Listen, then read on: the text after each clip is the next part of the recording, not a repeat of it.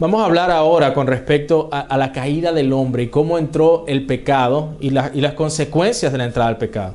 ¿Cómo empezó el pecado? Bueno, el relato está en Génesis capítulo 3, versículos del 1 al 6, donde se nos dice que la serpiente era más astuta que cualquiera de los animales del campo que el Señor Dios había hecho, y dijo a la mujer: ¿con que Dios ha dicho no comeréis de ningún árbol del huerto? Y la mujer respondió a la serpiente: del fruto de los árboles del huerto podemos comer, pero del fruto del árbol que está en medio del huerto ha dicho Dios: no comeréis de él, ni lo tocaréis, para que no muráis. Y la serpiente dijo a la mujer: ciertamente no moriréis, pues Dios sabe que el día que de él comiereis serán abiertos vuestros ojos y seréis como Dios, conociendo el bien y el mal. Cuando la mujer vio que el árbol era bueno para comer y que era agradable a los ojos y que el árbol era deseable para alcanzar sabiduría, tomó de su fruto y comió, y dio también a su marido que estaba con ella, y él comió.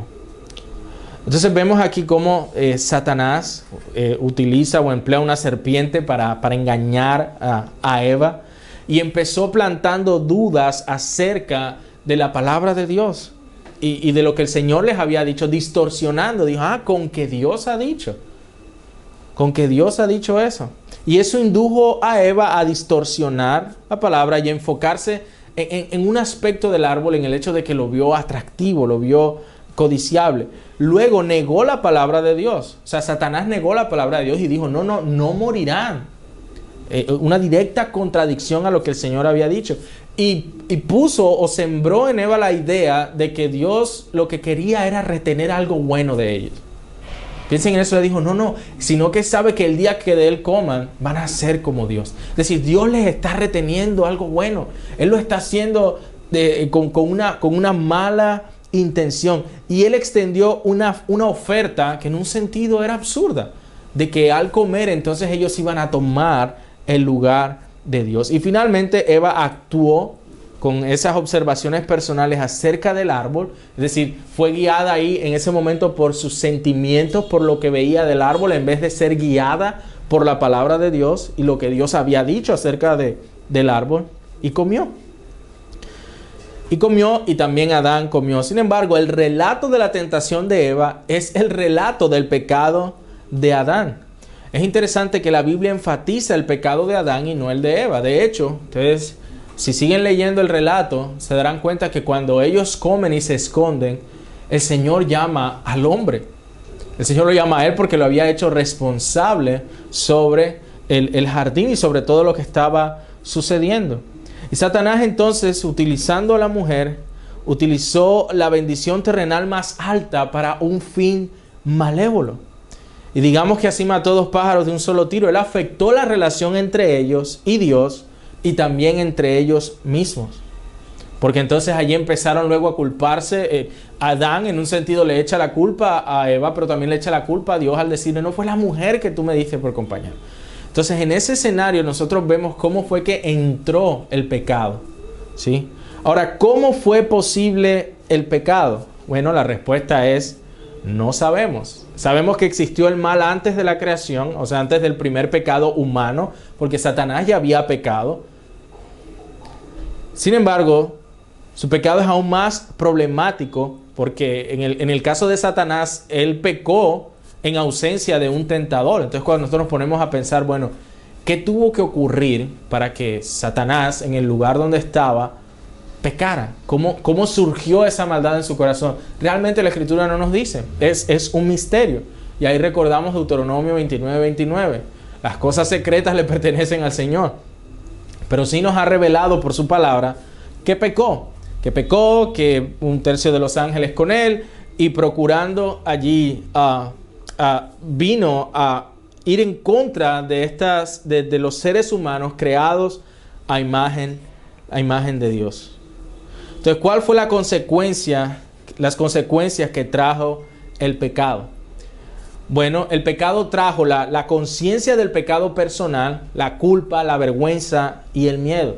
El versículo 7, el relato nos sigue diciendo: entonces fueron abiertos los ojos de ambos y conocieron que estaban desnudos, y cosieron hojas de higuera y se hicieron delantales, y oyeron al Señor Dios que se paseaba en el huerto al fresco del día. Entonces el hombre y su mujer se escondieron de la presencia del Señor Dios entre los árboles del huerto. Pero el Señor Dios llamó al hombre y le dijo, ¿dónde estás? Y él respondió, te oí en el huerto, tuve miedo porque estaba desnudo y me escondí.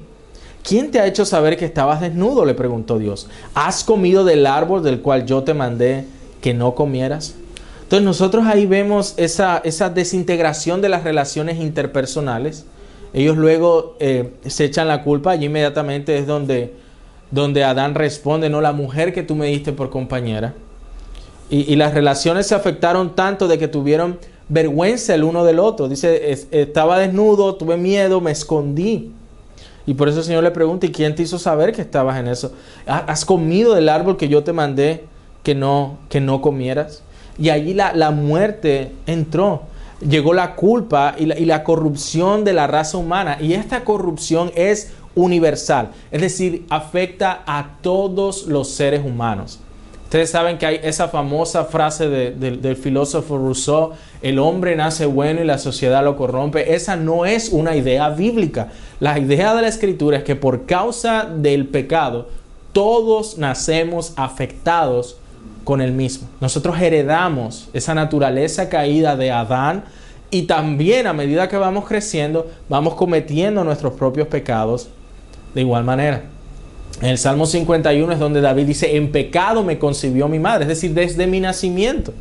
Y siempre le digo a la iglesia que cuando uno ve los niños pequeños, uno puede ver en ellos que como que de fábrica ya vienen con ese egoísmo, con esa rebeldía, cosas que muchas veces ellos no ven en sus padres. Pero uno puede ver el resultado de nacer en un mundo caído. El resultado de nacer en un mundo caído está en todas partes. Y esta corrupción no solamente afecta a todos los seres humanos, sino que afecta a todas las facultades del ser humano. Es decir, nuestras emociones están afectadas por el pecado, nuestro intelecto, todo nuestro ser se ha afectado por el mismo. ¿Qué tanto nos ha dañado el pecado? Bueno, nosotros leemos en Génesis 9 que dice que todas las intenciones del corazón de los hombres es de continuo solamente el mal. De continuo solamente el mal. Todas las facultades, les repito, del ser humano han sido afectadas por el pecado. De hecho, eso es lo que Pablo nos enseña en Romanos capítulo 1 hasta el capítulo 3, mostrando la culpabilidad. Cuando dice, no hay uno que haga lo bueno, no hay quien entienda, no hay quien busque a Dios. Y dice que la condición natural del ser humano es que la creación le revela una verdad acerca de Dios, pero él suprime esa verdad, ¿sí? Y sigue sus propias pasiones. Por eso, hermanos, es tan afectado está el ser humano que él no sabe, o sea, él está ciego ante su propia ceguera. No tiene la capacidad de ver cuán dañado y cuán afectado está por el pecado. Y tú puedes estar pensando, pero bueno, hay personas allá afuera que hacen cosas buenas. Sí, es cierto. El hecho de que hablemos de cómo el pecado ha corrompido a la raza humana no quiere decir que todos los seres humanos sean todo lo malo que ellos pudieran ser. Hay elementos donde aún la gracia común de Dios, ¿sí? Algo que dice Calvino allí en sus instituciones, en el libro 2, en el capítulo 2, en el párrafo 17, él habla de cómo la gracia común de Dios restringe la maldad de los seres humanos. Pero todos hemos sido afectados por el pecado. En todas nuestras facultades. Una vez más, en nuestro intelecto, en nuestra voluntad, nuestras emociones. Y Romanos 3:23 nos dice cuál es el resultado de eso. La paga del pecado es muerte, pero la dádiva de Dios es vida eterna en Cristo Jesús. Así que después de la caída, el hombre queda en ese estado donde está separado de Dios. Y allí voy a introducir brevemente el tema de los pactos de Dios con el hombre, o las relaciones, estas relaciones que Dios tiene con el hombre. ¿Cómo se relaciona Dios con el ser humano? Entonces, desde la creación del mundo, las relaciones de Dios con el hombre han estado definidas por ciertos requisitos y promesas específicas. Es decir, Dios le dice a las personas cómo quiere que actúen y también les hace promesas sobre cómo va a actuar Él con ellos en diferentes circunstancias. Entonces, la Biblia contiene varios resúmenes de esas disposiciones de Dios para con el ser humano y con frecuencia se les llama pactos. ¿Sí? Entonces, con respecto a los pactos entre Dios y el hombre, en las Escrituras se puede definir de esta manera. Un pacto es un acuerdo legal, inalterable y divinamente impuesto entre Dios y el hombre que estipula las condiciones de sus relaciones. Es decir, la manera como Dios se relaciona con el hombre es a través de pactos, donde Dios pone las condiciones, ¿sí? Dios es el que pone las condiciones del pacto para poder relacionarse con los seres humanos. Y del primer pacto del que les quiero hablar es el que se conoce histórica y teológicamente como el pacto de obras. Y es el pacto que Dios hizo con Adán y Eva. ¿De qué se trata este pacto? Y vamos a ver cómo están allí las estipulaciones del pacto. Génesis 2, 16 al 17. Y ordenó el Señor Dios al hombre diciendo: de todo árbol del huerto podrás comer, pero del árbol del conocimiento del bien y del mal no comerás, porque el día que de él comas ciertamente morirás. Entonces allí vemos que el Señor está estipulando la condición de la relación. Le está diciendo: mira, tú puedes disfrutar de toda la creación, pero de este árbol no. Entonces, si nosotros lo leemos al contrario, pudiéramos pensar, bueno, ¿qué tenía que hacer Adán para vivir? No comer. ¿Y cómo podía morir? Comiendo. Entonces, las condiciones o las estipulaciones de Dios en esa relación fueron: mira, si comes del árbol vas a morir, si no comes vas a vivir. En Oseas 6:7 dice que como Adán, hablando del pueblo de Israel, han quebrantado el pacto. Es decir, eso nos muestra que si hubo esta idea de un pacto entre Dios y Adán y Eva. Y también en Romanos 5, 12 al 21, Pablo ve a Adán y a Cristo como cabezas de las personas que representan. Es decir, Pablo allí dice que o estamos en Adán o estamos en Cristo. Porque Adán estaba allí en representación de toda la raza humana. Algunas veces las personas se quejan de eso, ¿no? No, pero yo no estaba ahí en Edén, ¿por qué tengo que ver con eso? A Dios le plació que Adán estuviera ahí, Adán y Eva estuvieran ahí en representación nuestra. Era la cabeza federal de la humanidad en ese momento, ¿sí? Entonces, eso es coherente con la idea de que Adán era parte de un pacto antes de la caída. Y bueno, ¿pudo cumplir Adán con las estipulaciones del pacto? Por supuesto que no. Él comió del árbol y el pecado entró. También vamos a pasar a otro pacto. Y lo que voy a hacer es un resumen breve de cada uno de los pactos que aparecen allí en la Escritura. Está el pacto de redención. Los teólogos hablan de otra clase de pacto. Un pacto que no es entre Dios y los hombres, sino un pacto entre los miembros de la Trinidad.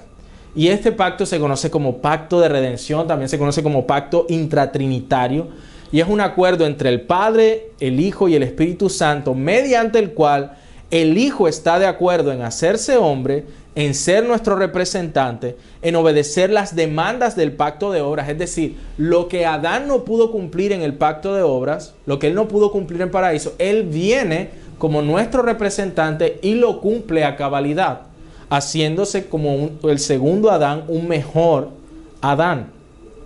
Entonces Cristo viene a hacer eso, a pagar a pagar el castigo del pecado que nosotros merecíamos. Entonces en la Escritura nosotros vemos esto de cuando Jesús en Juan 17 ora al Padre y le dice que va a hacer esto por aquellos que Él le ha dado.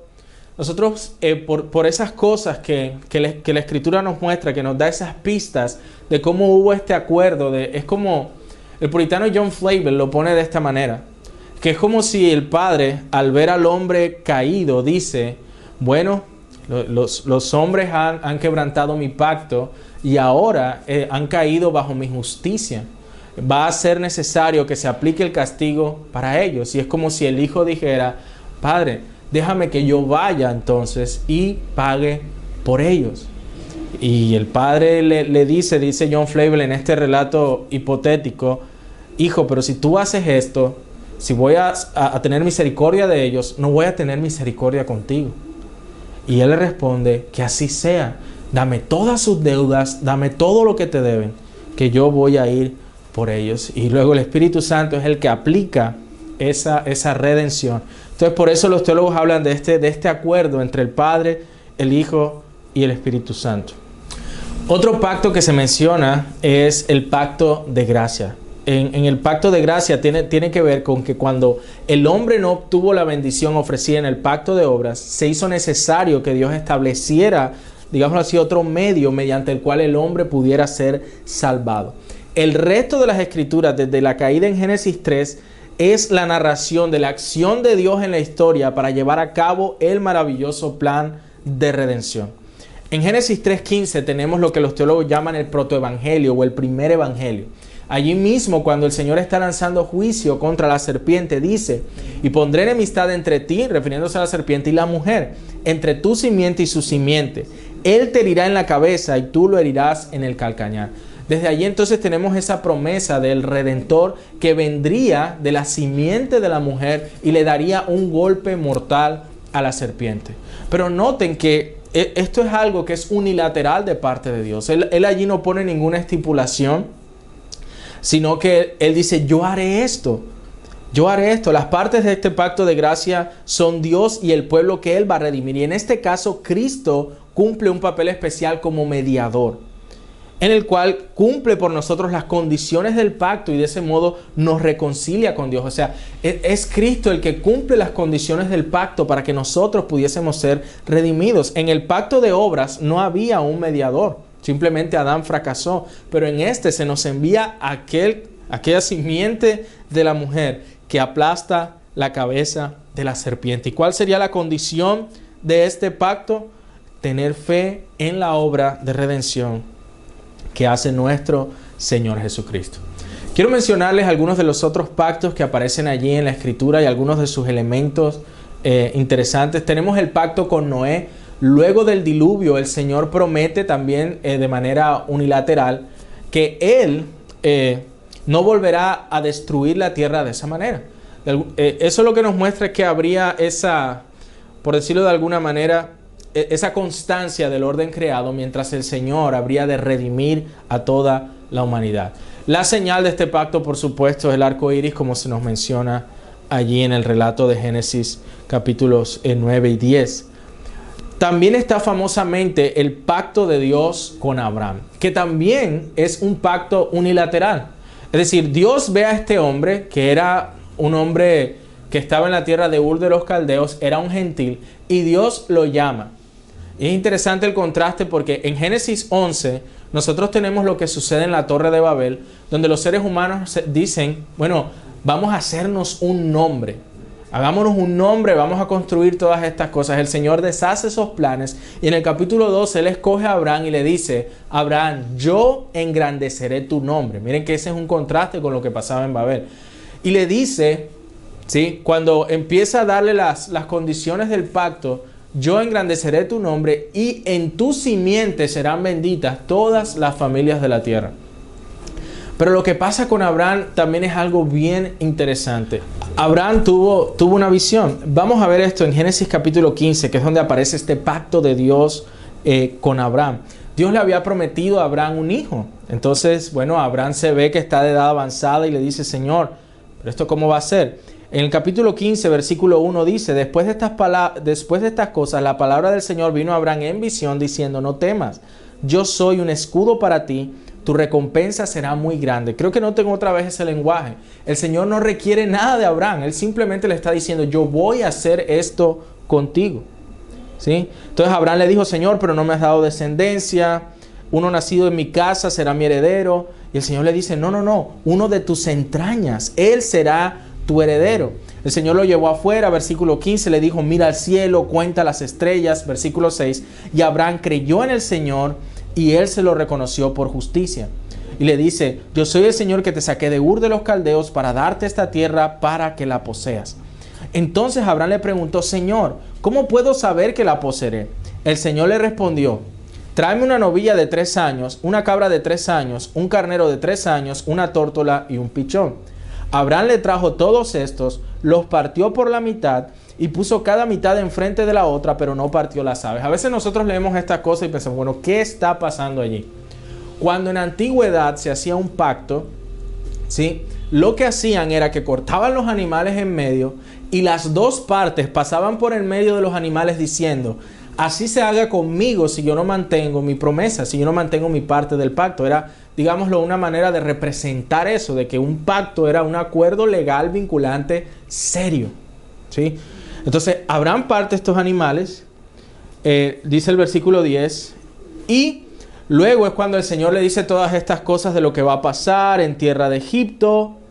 Y en el versículo 17 del capítulo 15 dice esto: y sucedió que cuando el sol ya se había puesto, hubo densas tinieblas, y apareció un horno humeante y una antorcha de fuego que pasó por entre las mitades de los animales.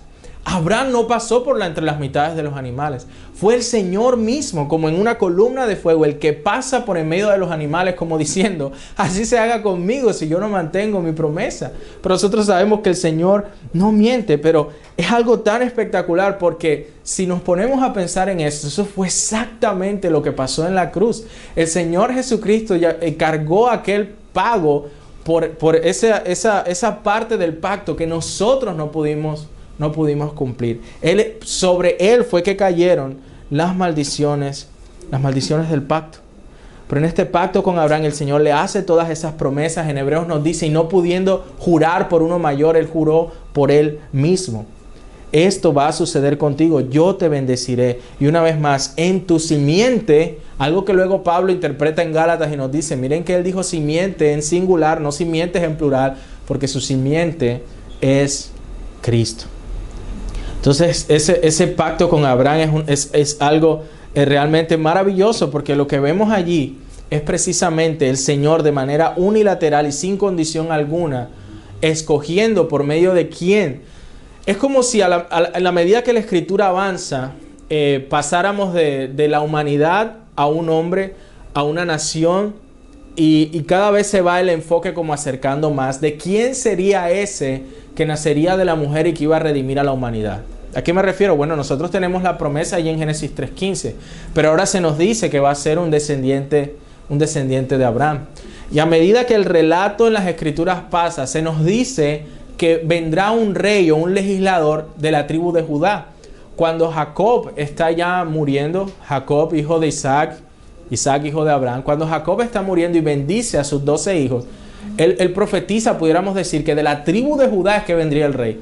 Entonces ya sabemos allí que sería un descendiente de Abraham, pero que sería de la tribu de Judá. Y así se va, digámoslo, el enfoque se va colocando cada vez más chico. Luego nosotros tenemos el pacto de Dios con Moisés, que este sí tenía ciertas estipulaciones, ¿sí? Porque se trata, ok, para ustedes obtener la vida, ustedes tienen que cumplir con estas leyes. Y esto es bien interesante, porque precisamente nosotros sabemos que el mensaje de la Escritura es que ninguna persona puede cumplir con esos requerimientos. Así que en la historia del Éxodo nosotros vemos al Señor. Por eso algunos teólogos dicen, algunos dicen, no es una opinión compartida, de que esto es como una republicación del pacto de obras que hubo con Adán, porque tiene esas mismas estipulaciones, que la vida vendría por medio del cumplimiento perfecto de estas leyes. Pero nosotros sabemos que ningún ser humano pudo hacerlo, así que Cristo es el que viene y cumple ese pacto mosaico. Él es el que viene y da cumplimiento a la ley en Sinaí. También en la Escritura nosotros tenemos el pacto de Dios con David. David precisamente hijo de Isaí, sí es de la tribu de Judá. Y el Señor le dice a David algo bien interesante. El Señor le dice a David, en 2 de Samuel 7, es donde aparece cuando el Señor le dice, David quería construirle un templo al Señor y el Señor le dice a David, no, yo te haré casa a ti, tú no me vas a hacer casa a mí. Y el Señor le dice a David básicamente esto: siempre habrá uno de tus hijos sentado en el trono. Sin embargo, el de tus hijos que cumpla perfectamente mi ley va a heredar el trono para siempre. O sea, heredará el trono eterno. Y nosotros sabemos, lógicamente, que se trata de nuestro Señor Jesucristo. Él es aquel descendiente de David, de la tribu de Judá, descendiente de Abraham, la simiente de la mujer, que vino a cumplir perfectamente la ley para heredar el trono eterno. Todas las historias del Antiguo Testamento, uno pudiera deprimirse leyendo de reyes tras reyes que cayeron en idolatría. Israel sabía que necesitaban un rey mejor, un rey mayor, un rey superior. Y eso es lo que Cristo viene a hacer. Él es el verdadero hijo de David, que cumple la ley a la perfección, uno más grande y sabio que Salomón, que hereda el trono eterno. Y por supuesto, la Escritura culmina refiriéndonos a los pactos con el nuevo pacto. El nuevo pacto es ese pacto que tiene su cumplimiento, por supuesto, cuando Cristo viene. Cuando Él lo pone en contraste con el antiguo pacto, con aquello que había pasado allí en Sinaí.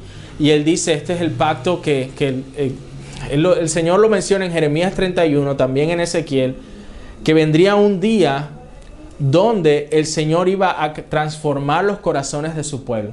Porque cuando uno lee la Escritura se da cuenta que el problema del pueblo de Israel no era que ellos vieran milagros, porque ellos vieron muchos milagros. No era que ganaran grandes batallas, porque ellos ganaron grandes batallas. El problema siempre era el corazón. Pero el Señor promete un día, mira, la ley estuvo escrita en tablas de piedra, pero yo voy a escribir mi ley en sus corazones, yo los voy a transformar, y esto vendrá a través, vendrán días donde entonces ninguno le dirá a su hermano, conoce al Señor, porque todos me conocerán. Entonces el Señor estaba hablando de un pacto que sería superior al antiguo pacto, en el sentido de que todos los que estén en ese pacto van a conocer al Señor, van a amar su ley, y eso es precisamente lo que Cristo vino a traer, porque Él, cuando está en la cena con sus discípulos, Él les dice, esta copa es el nuevo pacto en mi sangre. Yo he venido a traer esa restauración. Yo he venido precisamente a que todo aquel que cree en mí, en la obra que mi Padre me dio para hacer, entonces va a conocer verdaderamente al Señor. Entonces miremos cómo toda la Escritura está conectada con este tema de los pactos. Cómo desde Génesis 3:15 se va desarrollando, digámoslo, es como una flor que va así poniéndose cada vez más hermosa hasta que llega a ese cumplimiento en Cristo, y luego al final en Apocalipsis. Por eso nosotros tenemos todo este lenguaje del árbol de la vida, porque el Señor restaura en Jesús todo lo que el pecado había dañado, y esa es la esperanza que nosotros tenemos. De manera que la forma como el Señor se relaciona con nosotros es a través de los pactos, pero para que nosotros pongamos nuestra mirada en aquel que es el mediador del nuevo pacto, en Cristo Jesús, Hijo de David, aquel que cumplió la ley de Moisés, la simiente de Abraham, la simiente de la mujer que aplastó en la cruz la cabeza de la serpiente. Amén.